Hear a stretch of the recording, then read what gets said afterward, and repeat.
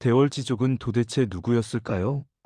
그리스에서든 로마에서든 그 어느 서양 기록에서도 그와 같은 명칭을 찾기 어렵습니다.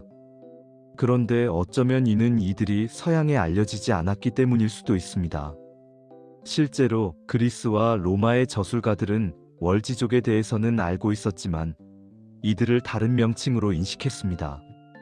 이러한 추정을 가능케 하는 핵심 열쇠로 위대한이라는 의미의 중국어 형용사인 타가 있는데, 이는 파르스어 혹은 파르니어, 방언의 형용사인 마즈나 마스에 해당합니다. 이 단어는 고대 저술가들의 기록에서 유목민족의 이름으로 위대한 게테족이라는 의미의 마사게타이족으로 나타나기 시작했습니다. 여기서의 게테족은 기원전 4세기경에 트라키아 지방에 존재했던 고대 민족을 가리킵니다. 즉 마사게타이는 위대한을 의미하는 마스와 게테족을 의미하는 게타이가 합쳐져서 마사게타이가 된 것입니다.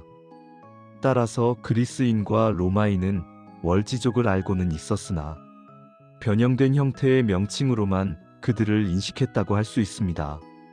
그런데 우리는 중국 쪽의 문헌을 통해 중앙아시아 서부에서 절반에 해당하는 거주민들이 아리아족 가계에 속했으리라는 추정을 할 수 있습니다. 중국 문헌들이 다음과 같이 이야기하기 때문입니다. 비록 다양한 언어로 이야기하지만 다반, 그러니까 페르가나에서 서쪽으로 안식 혹은 파르티아에 이르기까지 매우 풍속이 유사하고 상호간의 대화를 이해할 수 있었다. 주민들은 전부 움푹 들어간 눈 모양과 짙은 수염을 갖고 있었다라고 말입니다. 여기서 마지막에 언급된 특징은 매우 중요하다고 할 수 있습니다. 중국인에게 수염이 없고 퉁방울의 눈을 가진 외모는 당연히 시르다리아강과 아무다리아강 인근 거주민들의 외모를 대표하는 특징이었습니다. 이러한 외모는 자연히 중국인에게 낯설게 보였고, 중국인들은 그러한 특징적인 외관을 마치 전혀 다르게 생긴 이방인의 출현으로 이해했습니다. 과거 러시아 학계에서도 서부 변경주의 주민들이 가진 이러한 외모의 특징들을 이 지역 주민들이 아리안 혈통의 민족들에 속한다는 주장을 입증하기 위한 결정적인 증거로 활용하기도 했습니다. 계속해서 앞서 인용한 중국 문헌은 다음과 같이 이야기합니다. 호레즘 지역의 북부에 정착한 월지인은 이전과 같이 유목민으로 남았다.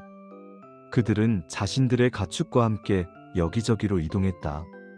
이 유목민족이 세운 국가의 통치는 율란시라는 도시를 중심으로 이루어졌다. 이 나라의 국민 수는 10만 가구 이하로 약 40만 명으로 추산됐고 군대는 10만 명이었다.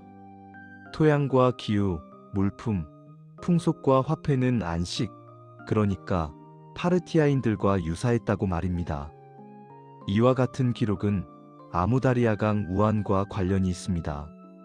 기원전 1세기부터 기원 후 시점에 이르기까지의 시기를 기록한 문헌에서는 아무다리아강 좌안에 위치한 호레즘에 대한 정보도 얻을 수 있습니다. 강거에 복속했던 5개의 작은 소국들 중에는 유에간이 기록에서 나타납니다. 유에간의 수도는 유에간이었는데 중국 기록은 이와 관련하여 다음과 같이 이야기합니다. 홀리심이, 그러니까 고대의 호레즘에는 고대 국가인 유에간이 있다라고 말입니다.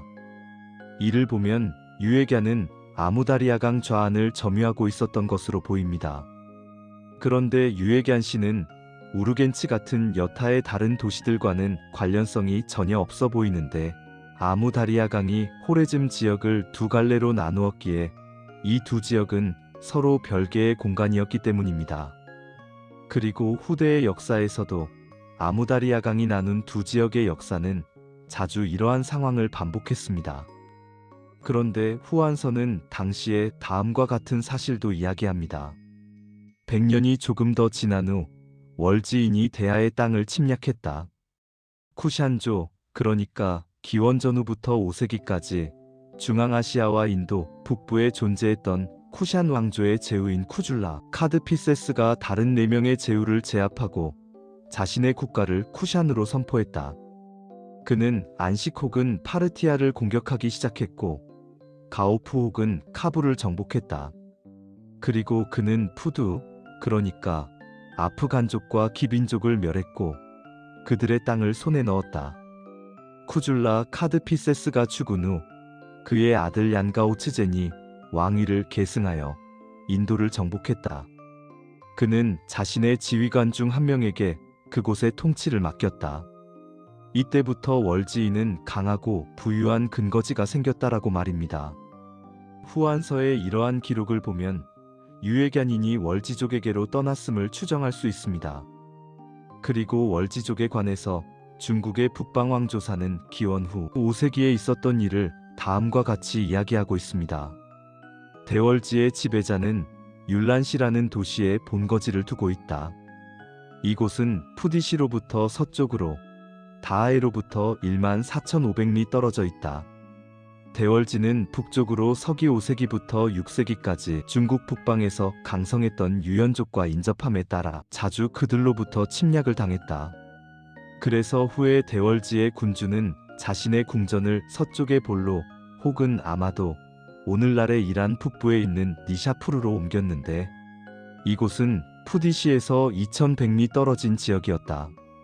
이후 용감한 월지의 지배자 키다라는 자신의 군대와 함께 거대한 산맥을 넘어 인도 북부를 침공했다.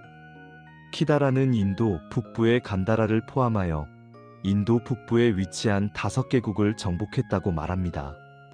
참고로 여기서의 키다라는 서기 4세기부터 5세기까지 중앙아시아와 인도 북부에서 융성했던 키다라족의 지도자였던 키다라를 가리킵니다. 그리고 이런 당시의 정세를 설명하는 과정에서 중국의 북방왕 조사는 서로 가까이 위치해 있던 서부, 변경의 여러 국가들을 다음과 같이 언급하고 있습니다. 먼저 군주가 메우치시에 있던 메우치국으로 이 지역은 유밀, 그러니까 중국의 서역 왜국에 관한 기록에 등장하는 유밀국에서 서남부로 다하에에서 22,920리 떨어진 곳에 위치해 있다. 이 지역의 땅은 평평했고 가축과 날짐승, 수목은 중국과 유사하다. 다음으로 군주가 아포타이안시에 살고 있는 아포타이안국은 유밀국에서 서쪽으로 다하에에서 23,720리 떨어진 곳에 위치해 있다. 이 지역의 땅은 평평했고 다양한 과일들이 재배되고 있다. 세 번째 나라는 군주의 본거지가 후시미시에 있던 후시미국으로 아포타이안에서 서쪽으로 다하에에서 24,700리 떨어진 곳에 위치해 있다. 이 지역의 땅은 평평했고 은과 호박이 생산되며 사자가 살고 있고 많은 종류의 과일이 재배된다. 네 번째 나라는 군주가 볼로시에 살고 있던 노셰볼로국으로 유밀국에서 남쪽으로 다하에에서 23,428리 떨어진 곳에 위치해 있다. 이 지역의 땅은 평평했고 쌀과 소맹밀 및 다양한 과일들이 생산된다. 다섯 번째 나라는 군주가 차오가치시에 살고 있던 차오가치국으로 이 지역은 유밀국에서 서쪽으로 다하에에서 22,728리 떨어진 곳에 위치해 있다. 그 지역은 전반적으로 평평하지만 경작지는 적고 주변국으로부터 쌀과 소맹밀을 얻지만 다양한 과일들이 재배된다라고 말입니다. 물론 이러한 기록에서 나타난 단편적인 묘사로부터 어떠한 결론도 쉽게 내리긴 어렵겠지만 그럼에도 이들의 명칭을 보면서 베셀롭스키는 몇 가지 추정을 하기도 했습니다. 다음 시간에는 바로 베셀롭스키의 이러한 추정에 대해 이야기해 보도록 하겠습니다. 감사합니다.